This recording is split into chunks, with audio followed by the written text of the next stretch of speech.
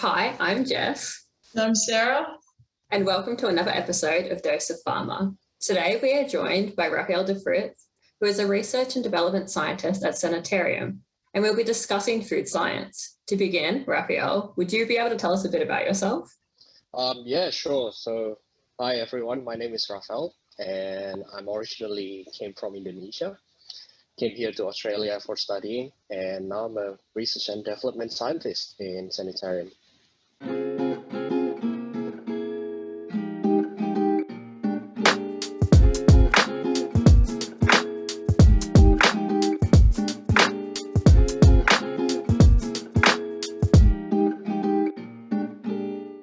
Awesome. Okay, well, before we get into the more serious questions, given that you work at Sanitarium, back in 2019, you guys changed your So Good Soy Milk formulation. Could you please explain to us what happened? Some of our team are quite devastated and need some closure.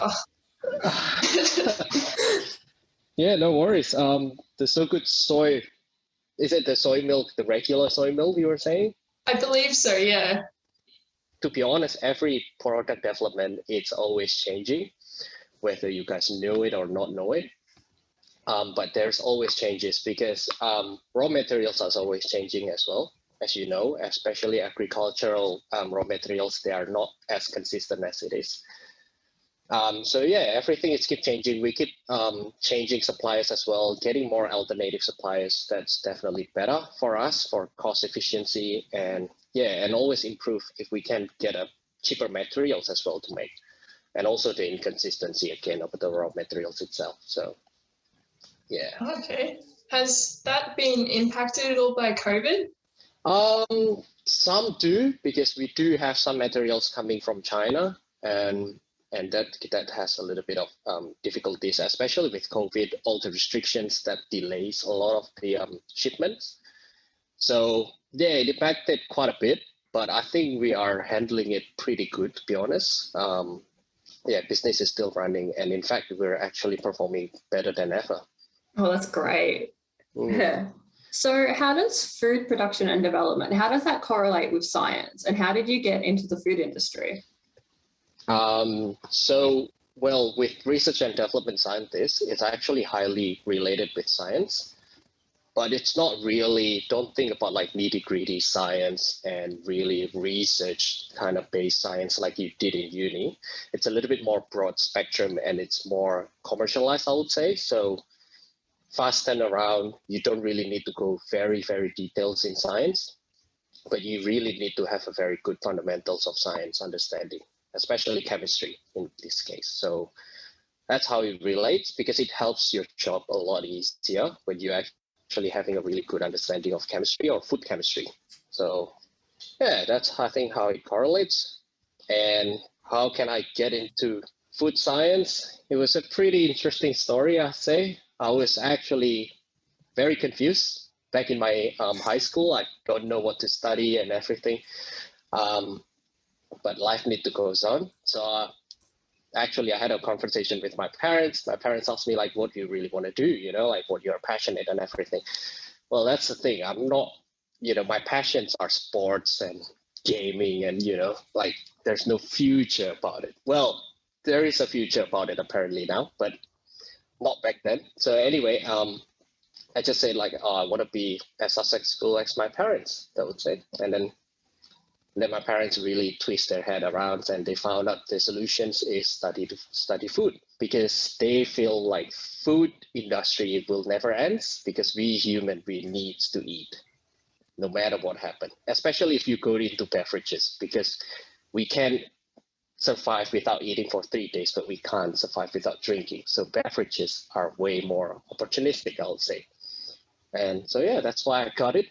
And actually I'm loving it. And it's fun. That's so interesting, like draw the conclusion of I want a job for long term and then to draw like, okay, I'm going to go into the food industry and beverages. Like, that's so cool. I would have never thought that, to be honest. Well, it's in a way, it's pretty interesting. Yeah, well, like, given that you weren't necessarily 100% sure about it and it was more like something your parents had suggested, what was it like not only studying it and like taking that kind of leap of faith, but then coming to a different country to study it as well? Yeah, well, that was it wasn't easy for sure. But one thing I sort of believe it in myself, once I'm in it, I gotta finish it. You know, like because I did make my decision to not make a decision. So letting my parents make the decision for me. So yeah, I gotta just be responsible of it. So when you're in it, you're just gonna finish it. And try to get the fun out of it. And then once you get the fun, you're actually enjoying it. It's not that bad. Yeah, that's a really admirable quality to be able to stick something through and have that like resilience and determination to make it to the end. And it's great that you were able to like love it as well, that it turned out really well. Yeah, that just works perfectly for me, I guess. Yeah. What is like a day in your life as a research and development scientist at Sanitarium like? So I'll just describe my day when I get into the office. So I'll just come in, grab a cuppa before I start my work, and then you basically will start with your laptops for quite a bit in the morning. We're trying not to get stuck too much in the laptop in the beginning because it's not very healthy environment. But as a scientist, apparently you deal with a lot of different departments. So emails is crazy. So you just get in, you gotta finish off your emails, trying to catch up with emails and everything, communicates with people. Yeah, and meetings. So as much as you guys, I don't know, like maybe you'd never thought, you're a research development scientist, you'll stay in the lab. No, we deal with a lot of meetings and a lot of emails. So communications is everything, to be honest. And yeah, so I usually in a week, I set 1 or 2 days off to really just working in the lab and develop products and, more hands-on. But other than that, yeah, otherwise you just keep stuck in emails and meetings, to be honest. But yeah, of course, we do run trials and everything. We do have a pilot plan. So we run it in our pilot plan. You go down to the factory and stuff occasionally as well. Oh, what kind of lab work do you do? So lab works, it won't be as impressive as university labs because we don't really do deep down dive to science and everything, but it's more like a kitchen lab. So usually everything you do before you put it into your pilot plan for a bigger trial, you definitely need to do a benchwork scale first. So that's what we normally do. So we have a lot of different raw materials and we'll just do mixing everything in the benchwork scale first. So that's kind of lab work that you imagine. But we do have analytical as well, that some cases you need to do like a more deep dive analysis and everything. So yeah. What's your kind of like strategy for when you need to formulate a new product? Like, could you take us through, like, are you given a brief or do you initiate that process from like idea to actually it becoming a product? Yeah, so there are a couple ways of realization your products. So either coming from a brief, as you said, which is correct. So we do have marketing team, category team, they usually initiate a brief based on the opportunity in the market and consumer needs and everything. So mainly it's driven by that. But as a research and development department, we also can drive from our ends. So if we found, I don't know, like a very novel new raw materials that is breaking ground or it's awesome, tastes great as well, then we can actually start working on it. What we call it is a blue sky project. So blue sky project, it doesn't relate with brief. We do it sort of in the background works and then we promote the product slowly from there. But eventually it needs to go to the hands of the marketing and see the opportunity of the products as well. So if it's sellable. Do you get to taste test it all? Like the products you're developing? Yeah, we do a lot actually. So yeah, I used to drink Up&Go's before I actually joined Sanitarium. Now I feel I have enough of Up&Go's, sorry to say it, but yeah, we do a lot of sensory tasting. Yeah, and you actually need to have a pretty good palate as well in terms of that, because we make judgment based on our decision pretty much. So yeah. You've got to develop some new Up&Go flavors so you can start drinking it again. Yeah, maybe something new that I never tried before. So yeah, then I'll start drinking again. Yeah. You mentioned a bit earlier that you're quite passionate about your job. Like, what are you passionate about within your job? I guess the challenge.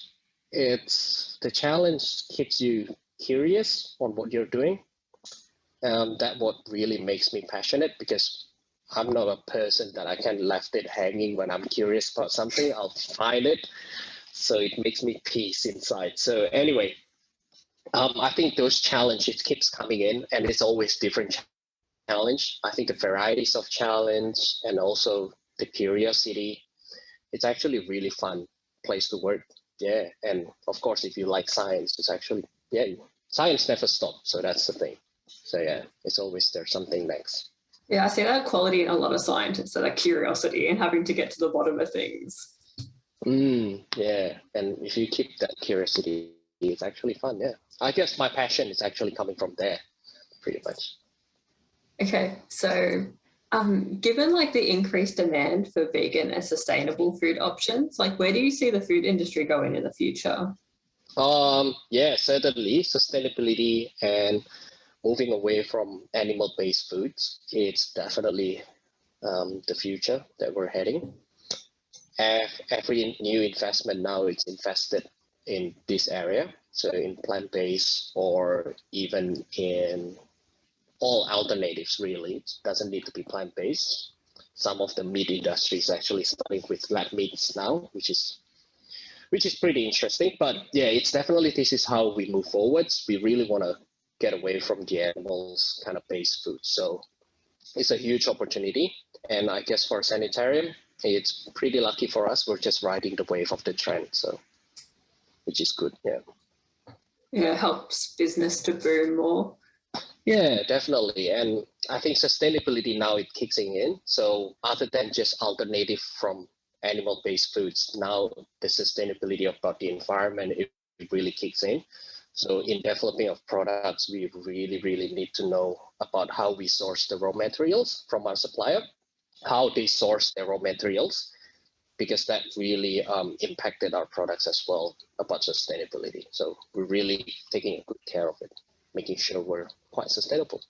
Yeah, I guess like I've heard personally, like, you know, like almond milk, it takes a lot of water to produce, and then soy, like the crops themselves, like can take up a lot of resources. Like, how do you make those kind of products more sustainable?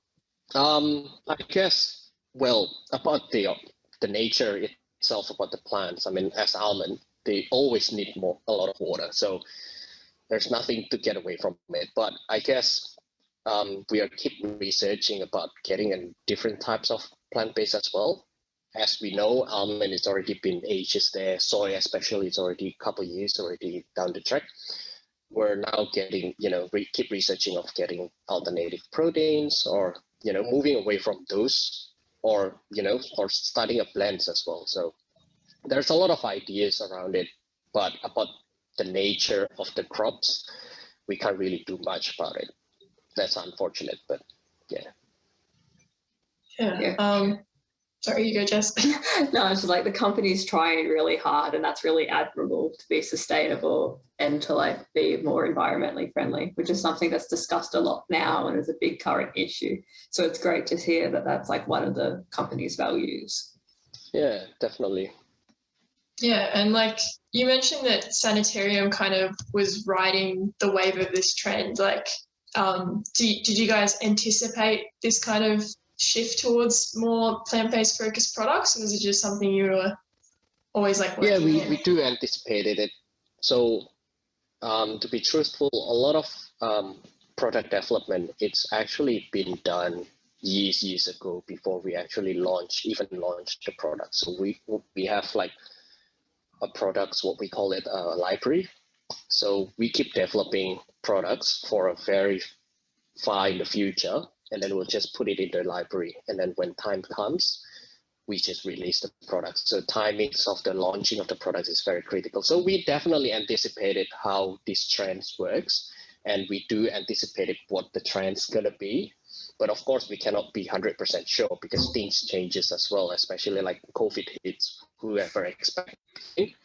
But but we anticipate at least if, what sort of the trend moving forward. So we do work on that slowly and preparing products as well for like maybe, I don't know, 5-10 years down the track, we launch it later on. But yeah. And I guess like going on with that, like what are your future aspirations within the company? Future aspirations within the company, I guess we're gonna focus on this sustainability as part of it. So I think that will be really the way moving forward, really, because not all of plant-based manufacturing is also highly sustainable, especially waste. So that's also something that we're focused on, I think, as a company moving forward. You've worked overseas in places such as Canada and China. Is the food industry in those countries similar, or is it very different from your experience here in Australia?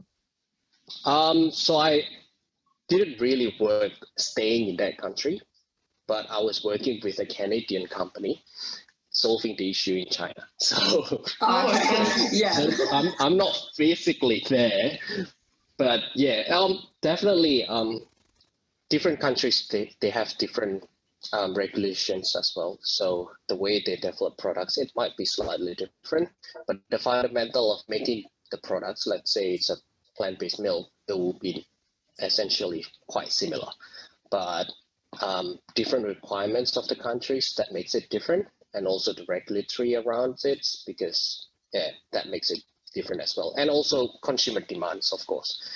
What really the consumer needs is definitely different demographically. So they usually shape their productions regarding on what's the consumer needs really.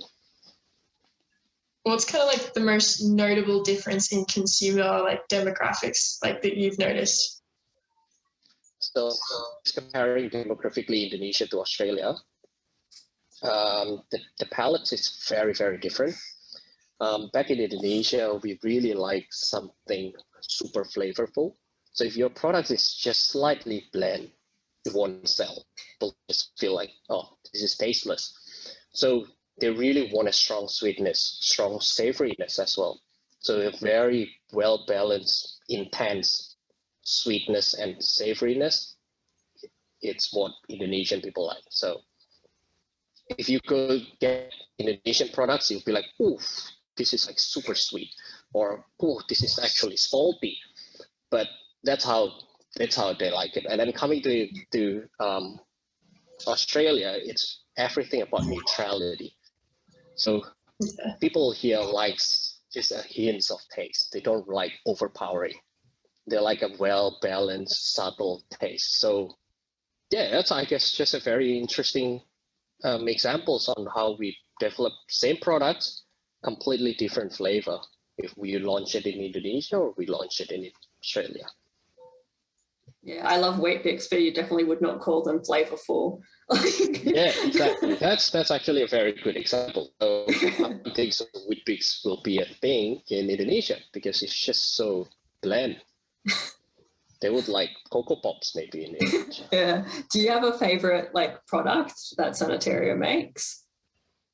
Do I have a favorite product from Sanitarium? Yeah. Okay. Yeah, I do actually. I like our new latest oat milk. It tastes really good, and it's very creamy. To be honest, comparing to dairy, it's almost like the double ganger of dairy. But about the concept of the product, I actually like the concept of Up&Go. That's a really good concept of a product, to be honest, as calling it a liquid breakfast. It's a very good concept.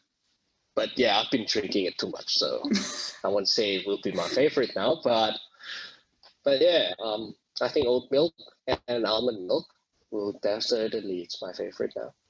Yeah, well, like Up&Go's have been around since I was a little kid. Like they've lasted really well as a product. Like you're able to, I guess maybe like compared to another industry like cosmetics or something else, like you're able to kind of rely on that product for an extremely long time at least. Yeah, that's the good thing of essential products. So they last long. Yeah. I guess we've talked about like plant-based milk a lot, and you are in the plant-based barista milk development. What's actually like involved in making the perfect milk alternative? Because everyone seems to have their opinions on it, but we don't really know what the science behind it is. Well, yeah. So I'm working on mainly on the barista plant-based milk. So I guess definitely I cannot share everything, as this is highly IP. But I guess on how you really you just really need to understand both parties. In this case, it's the plant-based milk itself and also the coffee beans itself. So I actually have a very intensive training on the barista course before I able to make a great tasting milk in coffee. So understanding this really the science, the compounds that the coffee beans has, and matching it with the compounds of what your milk has, it's really important to create a well-balanced cup of coffee. And there's definitely a lot of factors involved, but really it's come down to the chemistry, really. Not as simple as just mixing it up and that's it. You need to understand down to the chemistry to be able to create your products that tasting good in coffee, because coffee is very highly volatile. So if your product tastes bad, they amplify it. But if your product tastes good, they also amplify it. So yeah, it's double or nothing, I'll say. Yeah, well, I actually make coffees at my work, and we have to use like a different setting on the steamer for milk. And I've always been curious as to why. Like, is it like does it need to be at a lower temperature or? So okay, yes, different milks definitely has different behaviors. As I say, they are consisting of different chemical compounds. So they behave differently. And unfortunately, with plant-based, we don't really have a flexibility as dairy. So that's one of the biggest issues that we're having with all of plant-based is the flexibility of comparing to dairy. So dairy milk, it's highly versatile. And yeah, it's I think that's the issue. That's why we need to adjust around it on how we work on this milk as well. And I guess, yeah, that's the part that we need to compromise. But we keep improving that. And actually our latest release of our barista products, we can confidently say it's actually behaving quite similar to dairy milk. So you can just do whatever you do, like your normal dairy milk, it will actually do the same thing. Yeah, we use barista milk. Yeah. Yeah, we've convinced pretty well, isn't it? Yeah, it actually works pretty nicely. Like we've convinced a lot of people that normally drink almond milk to try it, and then they keep buying it afterwards. So yeah. Yeah. Did you try the almond barista as well? We have to like range certain products, and we use the So Good unsweetened one for a barista. That wouldn't work in coffee. You need to get the barista version one. Otherwise, you need to get the barista version one. Otherwise, I'll let my boss know. Because they're not designed for coffee, so it might split and make sure coffee tastes bad. Oh, okay, that's good to know. Awkward now. Yeah. Okay. So I think that's the questions we had to ask. And we found out a lot of interesting stuff about the food industry. I found it really interesting how much chemistry is involved and understanding the products.